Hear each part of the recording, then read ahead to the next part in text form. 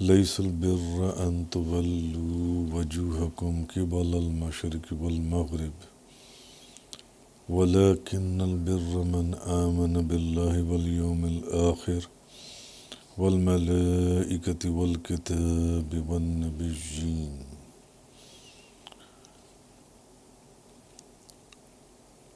آج سورۃ البقرہ کی آیت نمبر 177 کا ذکر ہے۔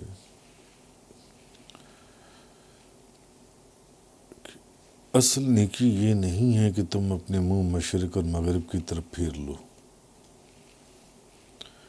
کہ تم صرف یہ سمجھ جاؤ کہ مغرب یا مشرق کی طرف منہ کر لینے سے تم نے سری نیکی حاصل کر لی۔ لیس البر ان تولوا وجوہکم قبل المشرق والمغرب،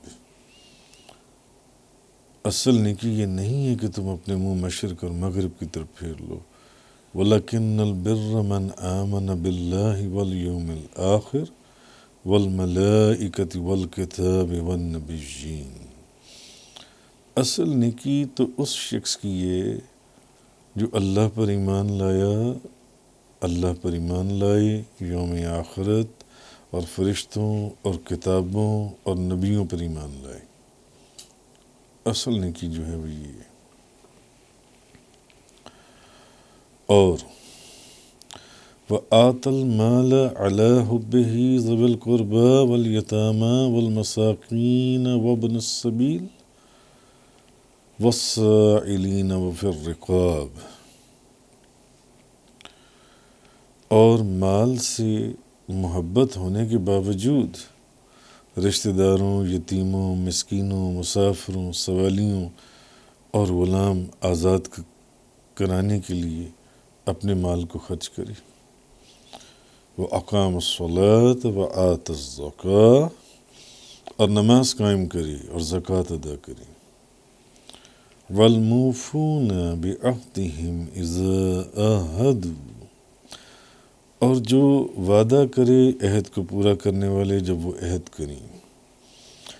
وَالصَّابِرِينَ فِي الْبَأْسَاءِ وَالضَّرَّاءِ وَحِينَ الْبَأْسِ، اور تکلیف اور سختی میں اور جہاد کی مشقت میں صبر کرنے والے۔ اولئک الذین صدقوا، یہی لوگ ہیں جو سچے ہیں۔ وَأُولَئِکَ هُمُ الْمُتَّقُونَ، اور یہی متقی لوگ ہیں۔ تو حضرت ابن عباس رضی اللہ تعالیٰ عنہما بیان کرتی ہیں، فرماتی ہیں کہ یہ آیت مبارکہ جو ہے یہ مدینہ منورہ میں نازل ہوئی۔ یعنی صرف یہ نیکی نہیں ہے کہ تم نماز پڑھ لو اور اس کے سوا اور کوئی نیک عملی نہ کرو۔ نماز تو پڑھ لی مگر اس کے علاوہ کوئی نیک عمل نہیں ہے۔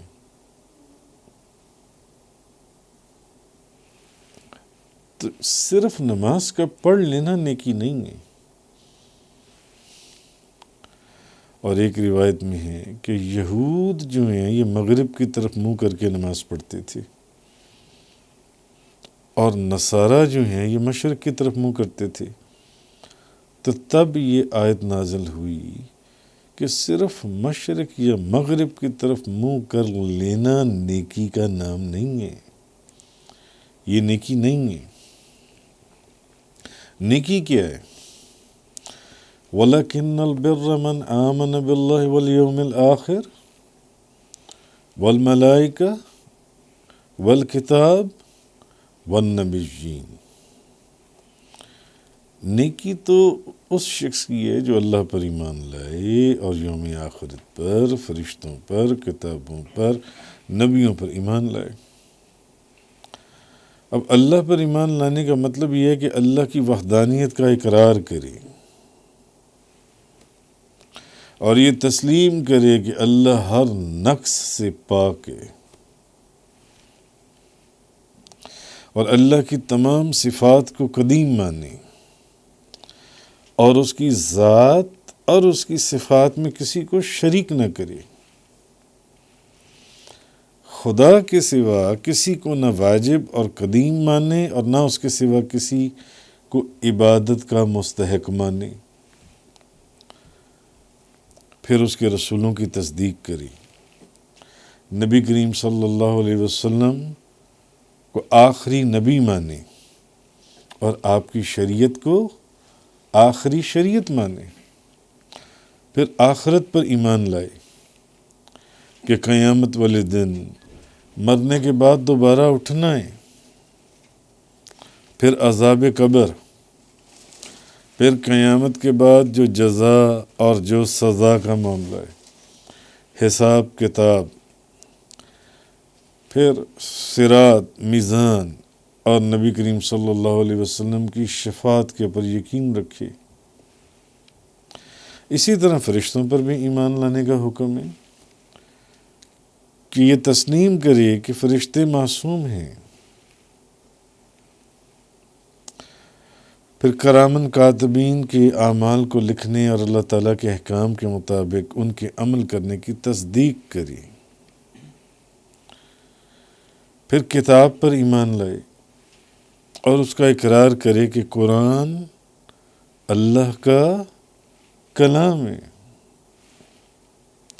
جس کو جبریل علیہ السلام نے نبی کریم صلی اللہ علیہ وسلم کے قلب پر نازل کیا، اور یہ آخری کتاب ہے۔ اس میں ایک زیر اور زبر کی بھی کمی بیشی نہیں ہو سکتی۔ اس چیز کا اقرار کری، اس چیز پر ایمان رکھی کہ قرآن کے اندر ایک زیر زبر کی کوئی تبدیلی نہیں ہو سکتی۔ تمام نبیوں پر ایمان لائے اور یہ مانے کہ تمام انبیاء اور جتنے رسول سب برحق ہیں، ان سب پر ایمان لانا ضروری ہے۔ اور یہ جائز ہی نہیں ہے کہ بعض نبیوں پر ایمان لے آئے اور بعض نبیوں پر ایمان نہ لائے، سب پر ایک جیسے ایمان لے کر آئے۔ تو اصل چیز جو ہے وہ یہ کہ لیس البر ان تولوا وجوہکم قبل المشرق والمغرب، اصل نیکی یہ نہیں ہے کہ تم اپنے منہ مشرق اور مغرب کی طرف کر لو صرف، نہیں، بلکہ اصل نیکی اس شخص کی طرح ہے، من آمن باللہ والیوم الآخر والملائکہ والکتاب والنبیین، جو اللہ پر ایمان لائے، یوم آخرت پر ایمان لائے، فرشتوں پر بھی ایمان لائے، کتابوں پر بھی ایمان لائے اور نبیوں پر بھی ایمان لائے، جیسا کہ ایمان لانے کا حق ہے۔ جو چند ایک چیزیں میں نے آپ کے سامنے بیان کی، یہ اور ابھی بھی اب آگے اللہ پاک مزید کیا اللہ تعالیٰ ارشاد فرماتی ہیں، وَآتَ الْمَالَ عَلَى حُبِّهِ ذَوِي الْقُرْبَى وَالْيَتَامَى وَالْمَسَاكِينَ وَابْنَ السَّبِيلِ وَالصَّاعِلِينَ وَفِي الرِّقَابِ، اور مال سے اپنی محبت کے باوجود رشتہ داروں، یتیموں، مسکینوں، مسافروں، سوال کرنے والوں اور غلام آزاد کرانے کے لیے اپنے مال کو خرچ کرے۔ پھر یہ بھی کرے، صرف یہ نہیں ہے کہ مشرق کی طرف منہ کر لیا اور مغرب کی طرف منہ کر لیا، نہیں، اللہ پر، اس کی کتابوں پر، اس کے فرشتوں پر، اس کے رسولوں پر، دن آخرت پر ایمان لائے، اور اس کے بعد جس مال سے اس کو بڑی محبت ہے اس مال میں سے رشتہ داروں، یتیموں، مسکینوں، مسافروں، سوال کرنے والوں، غلام آزاد کرانے کے لیے خرچ کرے اس مال میں سے۔ تو اللہ کے راستے میں رشتہ داروں، یتیموں، مسکینوں، مسافروں، سوال کرنے والوں پر خرچ کرے۔ حضرت فاطمہ بنت قیس رضی اللہ تعالیٰ عنہ بیان کرتی ہیں، نبی پاک صلی اللہ علیہ وسلم سے زکوٰۃ کے متعلق سوال کیا گیا تو آپ نے فرمایا مال میں زکوٰۃ کے علاوہ بھی حق ہے، اور پھر آپ نے اس آیت کی تلاوت فرمایا، کہ لوگ سمجھتے ہیں کہ بس صرف زکوٰۃ دے دی تو بات ختم ہو گئی. نہیں، زکوٰۃ دینے کے بعد بھی ابھی بھی جو مال اللہ نے تمہیں عطا فرمایا ہے اس میں سے اگر اپنے رشتہ داروں کی، سوال کرنے والوں کی، اگر یتیموں کی، مسکینوں کی مدد کرنا، یہ نیکی ہے جہاں تک ہو سکے. جی. اور ایک حدیث پاک میں حضرت ام کلثوم بنت عقبہ رضی اللہ تعالیٰ عنہ بیان کرتی ہیں کہ نبی پاک صلی اللہ علیہ وسلم نے فرمایا سب سے افضل صدقہ جو رشتہ دار مخالف ہو نا اس کو دینا ہے. جو رشتہ دار آپ کے مخالف ہو، سب سے افضل صدقہ پہلو تہی کرنے والے مخالف رشتہ دار پر صدقہ کرنا ہے. اگر وہ اس کا حقدار ہے. حضرت ابو امامہ رضی اللہ تعالیٰ عنہ بیان کرتے ہیں نبی پاک صلی اللہ علیہ وسلم نے فرمایا رشتہ دار پر صدقہ کرنے کا 2 مرتبہ اور دگنا اجر دیا جاتا ہے. صدقہ دینا ہے، پہلے رشتہ دار کا حق ہے، بعد میں دور والوں کا حق ہے، پھر آپ صدقہ وہاں پہ بھی دے دیجیے. یتیم اس نابالغ شخص کو کہتے ہیں جس کا باپ فوت ہو چکا ہو. اور مساکین، مسکین کی جمع ہے. مسکین اس شخص کو کہتے ہیں جس کے پاس قدر کفایت یعنی گزارے کے لیے کوئی چیز نہ ہو، کوئی چیز نہ ہو اس کے پاس. حضرت ابو ہریرہ بیان کرتے ہیں کہ نبی پاک صلی اللہ علیہ وسلم نے فرمایا وہ شخص مسکین نہیں ہے جو لوگوں کے گرد چکر کاٹتا ہے اور 1 لقمہ 2 لقمے یا 1 کھجور یا 2 کھجور لے کر چلا جاتا ہے. حضرت ابو ہریرہ نبی پاک صلی اللہ علیہ وسلم نے فرمایا وہ شخص مسکین نہیں ہے جو لوگوں کے گرد چکر کاٹتا ہے 1 لقمے کے لیے، 2 لقمے کے لیے، 1 کھجور کے لیے، 2 کھجوروں کے لیے، اور مل جائیں تو لے کر چلا جاتا ہے. صحابہ نے پوچھا یا رسول اللہ پھر مسکین کون ہے؟ آپ نے فرمایا جس کے پاس گزارے کے لیے کوئی چیز نہ ہو، جس کے پاس اپنا گزارا کرنے کے لیے کوئی چیز نہ ہو. مگر اس کی نشانی حضور نے کیا فرمائی مسکین کون ہے؟ کہ نہ اس کے ظاہر حال سے اس کی مسکینی کا پتہ چلے تاکہ کوئی اس کو صدقہ دینے کے لیے آگے بڑھے، اور نہ وہ لوگوں سے کسی چیز کا سوال کرے، یعنی سفید پوشی.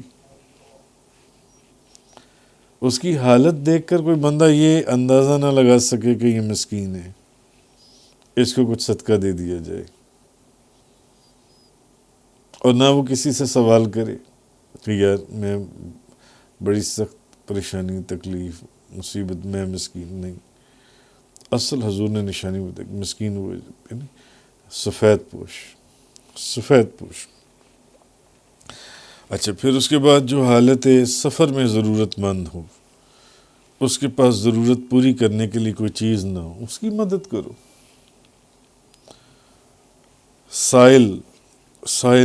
سائلین، سائل کی جمع ہے. اچھا، اب بلا ضرورت سوال کرنا شرعاً حرام ہے، بلا ضرورت. اور سائل کے لیے ضروری ہے کہ وہ اپنی ضرورت سے زیادہ کا سوال نہ کرے. بغیر ضرورت کی سوال کرنا ویسے ہی شرعاً حرام ہے. اور جتنی ضرورت ہے اگر وہ مجبوری میں آ گیا ہے تو صرف اتنی ضرورت کا بس سوال کرے، اس سے زیادہ کا سوال نہ کرے بس. امام مسلم حضرت ابو ہریرہ رضی اللہ تعالیٰ عنہ بیان، نبی پاک صلی اللہ علیہ وسلم نے فرمایا جو شخص اپنا مال بڑھانے کے لیے لوگوں سے سوال کرتا ہے وہ انگاروں کا سوال کرتا ہے، بھلے تھوڑا کرے بھلے زیادہ کرے. حضرت عبد الرحمن بن عوف رضی اللہ تعالیٰ عنہ نبی پاک صلی اللہ علیہ وسلم نے فرمایا کوئی شخص اپنے اوپر سوال کرنے کا دروازہ نہیں کھولتا مگر اللہ تعالیٰ اس کے اوپر فقر کا دروازہ کھول دیتا ہے. یعنی جس کو مانگنے کی عادت پڑ جائے اس کو ویسے ہی اس کے اوپر فقر کا دروازہ، فقیری کا دروازہ کھل جاتا ہے، وہ مانگتا ہی رہتا ہے، وہ مانگتا ہی رہتا ہے۔ ایک اور حدیث پاک میں مسلم شریف کے اندر نبی کریم صلی اللہ علیہ وسلم نے فرمایا 3 لوگوں کے علاوہ اور کسی کے لیے سوال کرنا جائز نہیں ہے۔ ایک وہ شخص جو مقروض ہو، جس پر قرض ہو، اس کے لیے اتنی مقدار کا صرف سوال جائز ہے کہ اس سے اس کا قرض ادا ہو جائے، اس کے بعد وہ سوال سے رک جائے۔ دوسرا وہ شخص جس کے مال میں کوئی ایسی آفت پہنچ جائے جس سے اس کا مال سارا تباہ و برباد ہو جائے۔ ایک مقروض، دوسرا کون؟ جس کا مال تباہ و برباد ہو جائے، وہ بھی صرف اتنی مقدار کا سوال کرے گا جتنی اس کو ضرورت ہے، جس سے اس کا گزارا ہو جائے۔ اور تیسرا وہ شخص جو فاقہ زدہ ہو، اور تب بھی 3 آدمی گواہی دیں تب کہ یہ واقعی 3 دن سے فاقہ زدہ ہے، تب اس کے لیے اتنی مقدار کا سوال کرنا صرف جائز ہے جس سے اس کا گزارا ہو جائے، اس سے زیادہ نہیں، اس سے زیادہ نہیں۔ اسی طرح حضرت عبداللہ بن عمر رضی اللہ تعالیٰ عنہ میں نبی پاک صلی اللہ علیہ وسلم نے فرمایا مالدار کے لیے صدقہ لینا جائز ہے اور نہ صحیح الاعضاء کبھی شخص کے لیے۔ اسی طرح نبی پاک صلی اللہ علیہ وسلم نے فرمایا جس شخص نے سوال کیا اور اس کے پاس اتنا مال تھا کہ اگر وہ سوال نہ کرتا تو کوئی بات نہیں تھی، تو وہ جہنم کے انگارے جمع کرتا ہے، جہنم کی آگ جمع کرتا ہے۔ راوی نے پوچھا کہ یا رسول اللہ مال میں کتنی مقدار ہو تو سوال نہیں کرنا چاہیے؟ فرمایا جس کے پاس صبح اور شام کا کھانا ہو وہ سوال نہ کرے، جس کے پاس صرف 2 وقت کی روٹی موجود ہے وہ اس کو بھی سوال کرنے کی اجازت نہیں ہے۔ اور ایک اور روایت میں جس کے پاس اتنا کھانا ہو کہ وہ 1 دن اور 1 رات سیر ہو کر کھا سکے وہ بھی سوال نہ کرے۔ آگے غلام کا ذکر ہوا۔ حضرت ابو ہریرہ رضی اللہ تعالیٰ عنہ نبی پاک صلی اللہ علیہ وسلم نے فرمایا جس شخص نے کسی مسلمان غلام کو آزاد کیا اللہ تعالیٰ اس کے ہر عضو کے بدلے میں آزاد کرنے والے کا ہر عضو جہنم سے آزاد کر دے گا۔ پھر نماز کا ذکر ہوا کہ نماز قائم کرو کعبے کی طرف منہ کر کے، باقی شرائط کے ساتھ جو نماز کا طریقہ ہے۔ پھر عہد کا ذکر ہوا کہ اپنے وعدے کو پورا کرو، جب وہ عہد کرتی ہیں تو اپنے وعدے کو پورا کرتی ہیں۔ جی تو جب اس کا کنکلوژن یہ ہے کہ جب کسی ناگہانی مصیبت سے آدمی فقر میں مبتلا ہو جائے یا مرض داری ہونے یا اپنے بچوں کی موت سے غم میں مبتلا ہو جائے یا کوئی اور معرکہ جہاد میں شدت میں مبتلا ہو جائے تو پھر ان حالات میں صبر کرنا یہ نصف ایمان ہے۔ مال برباد ہو جائے، مسکین ہو جائے، یتیم ہو جائے، فقیر ہو جائے، بچوں کا نقصان ہو جائے، کاروبار کا نقصان ہو جائے، جسم کا نقصان ہو جائے، صبر کرنا یہ نصف ایمان ہے۔ کیونکہ صبر کرنا اس بات کی دلیل ہے کہ وہ شخص قضاء و قدر کے پر راضی ہے، اللہ کی رضا میں راضی ہے۔ کاروبار نہیں چل رہا، مر گیا میں کاروبار چلا کے نہیں چلتا، کاروبار بڑی محنت کر لی، کاروبار نہیں چل رہا، شور مچانا، واویلا کرنا، رونا،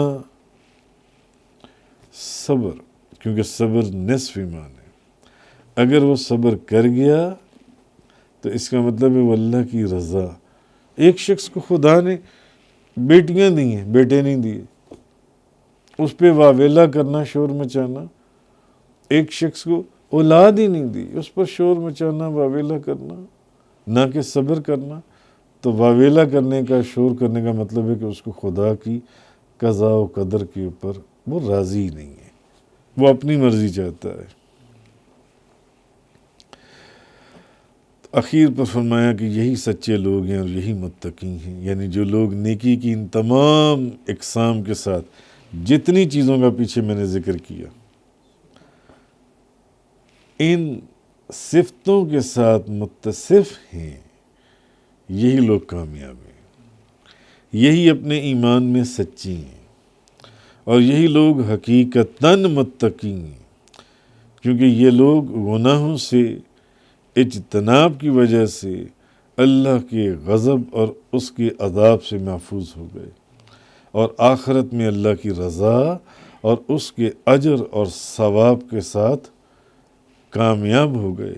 اور حق یہ کہ جس نے اس ایک آیت کے اوپر عمل کر لیا اس کا ایمان کامل ہو گیا، اس کا ایمان کامل ہو گیا۔